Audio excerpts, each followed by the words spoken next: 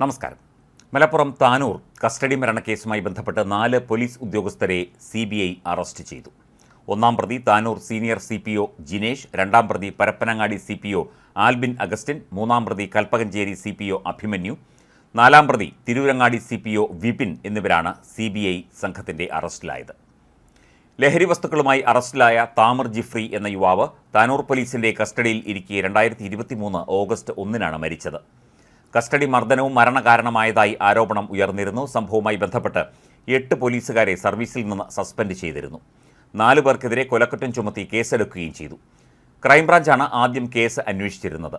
അന്വേഷണം തൃപ്തികരമല്ല എന്ന് കാണിച്ച് താമർ ജിഫ്രിയുടെ ബന്ധുക്കൾ കോടതിയെ സമീപിച്ചു.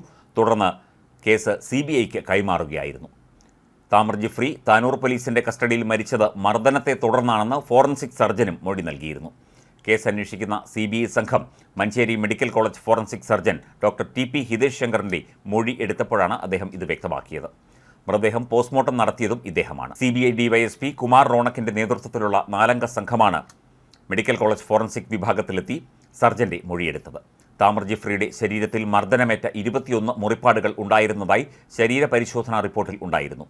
ഇതിൽ 19 മുറിവുകൾ മരണത്തിന് മുൻപും 2 ശേഷവും സംഭവിച്ചതാണ് എന്നായിരുന്നു കണ്ടെത്തൽ. ഈ മുറിപ്പാടുകൾ എങ്ങനെ സംഭവിച്ചു എന്നും ഇത് മരണകാരണമായിട്ടുണ്ടോ എന്നുമാണ് പ്രധാനമായി ചോദിച്ചത്. ശ്വാസകോശത്തിലെ നീർക്കെട്ടാണ് മരണകാരണമെങ്കിലും ശരീരത്തിലേറ്റ അടിയാണ് ഈ നീർക്കെട്ടിന് പ്രധാന കാരണം എന്നാണ് ഫോറൻസിക് സർജന്റെ മൊഴി. അമിത അളവിലുള്ള ലഹരി ഉപയോഗവും നീർക്കെട്ടിന് കാരണമായിട്ടുണ്ട്. ശരീരത്തിൽ മർദ്ദനമേറ്റതിനെ തുടർന്നുണ്ടായ മുറിപ്പാടുകൾ വ്യക്തമാക്കുന്ന ഫോട്ടോകളും ഉദ്യോഗസ്ഥർ പരിശോധിച്ചിരുന്നു. പോസ്റ്റ്മോർട്ടം റിപ്പോർട്ടിനെ സ്വാധീനിക്കാൻ അന്നത്തെ ജില്ലാ പോലീസ് മേധാവി സുജിത് ദാസ് ശ്രമിച്ചിരുന്നോ എന്ന കാര്യവും CBI ഫോറൻസിക് സർജനോട് ചോദിച്ചിരുന്നു. ജില്ലാ പോലീസ് മേധാവി തന്നെ വന്നു കണ്ടിരുന്നു എന്നും എന്നാൽ റിപ്പോർട്ടിനെ അദ്ദേഹം ഒരു തരത്തിലും സ്വാധീനിച്ചിട്ടില്ല എന്നുമായിരുന്നു ഡോക്ടറുടെ മറുപടി. 2023 ഓഗസ്റ്റ് 1-നാണ് താമർ ജിഫ്രി പോലീസ് കസ്റ്റഡിയിൽ മരിച്ചത്. ക്രൈംബ്രാഞ്ച് അന്വേഷണത്തിൽ തൃപ്തരാകാത്തതിനെ തുടർന്ന് കുടുംബം നടത്തിയ നിയമ പോരാട്ടത്തിനൊടുവിലാണ് സർക്കാർ കേസ് CBIക്ക് വിട്ടത്. മരിച്ച താമർ ജിഫ്രിക്കേറ്റത് ക്രൂര മർദ്ദനമെന്നാണ് പോസ്റ്റ്മോർട്ടം റിപ്പോർട്ടും പുറത്തുവന്നത്. താമറിന്റെ മരണകാരണം തലക്കേറ്റ ക്ഷതവും ഹൃദയത്തിലെ പരിക്കുമാണ്. ശരീരത്തിൽ ഇരുമ്പ് ദണ്ടുകൊണ്ടും വടികൊണ്ടും മർദ്ദിച്ച പാടുകൾ ഉണ്ടായിരുന്നു.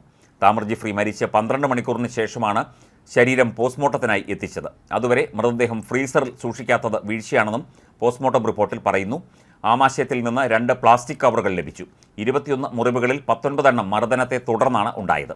വടികൊണ്ടുള്ള മർദ്ദനത്തിൽ ആന്തരിക അവയവങ്ങൾക്ക് പരിക്കേറ്റു. ബാക്കി പലാങ്ക എന്ന ആയുധം ഉപയോഗിച്ച് മർദ്ദിച്ചതുകൊണ്ടുള്ള പാടാണെന്നും പോസ്റ്റ്മോർട്ടം റിപ്പോർട്ടിൽ ഉണ്ടായിരുന്നു. വടികൊണ്ട് അടിച്ച പാടുകൾ ഉണ്ട്. ഇടുപ്പ്, കാൽപാദം, കണംകാൽ എന്നിവിടങ്ങളിൽ പരിക്കുണ്ടായിരുന്നു.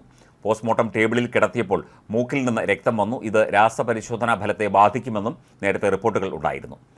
ഹൃദയത്തിനേറ്റ പരിക്കും തലയിലേറ്റ ക്ഷതവും അമിതമായ ലഹരി ശരീരത്തിൽ കലർന്നതുമാണ് മരണകാരണമായി അന്ന് ചൂണ്ടിക്കാട്ടിയത്. ഹൃദയ സംബന്ധമായ രോഗങ്ങളും താമർ ജിഫ്രിക്ക് ഉണ്ടായിരുന്നു എന്നും റിപ്പോർട്ടുണ്ടായിരുന്നു. മർദ്ദനമേറ്റതോടെ ശരീരത്തിന് താങ്ങാൻ പറ്റാതായി അമിതമായി മയക്കുമരുന്ന് ഉപയോഗിച്ച വ്യക്തിക്ക് കൃത്യസമയത്ത് ചികിത്സ നൽകിയിരുന്നുവെങ്കിൽ ജീവൻ രക്ഷിക്കാൻ കഴിയുമായിരുന്നു എന്നും പോസ്റ്റ്മോർട്ടം റിപ്പോർട്ടിൽ ചൂണ്ടിക്കാട്ടിയിട്ടുണ്ടായിരുന്നു.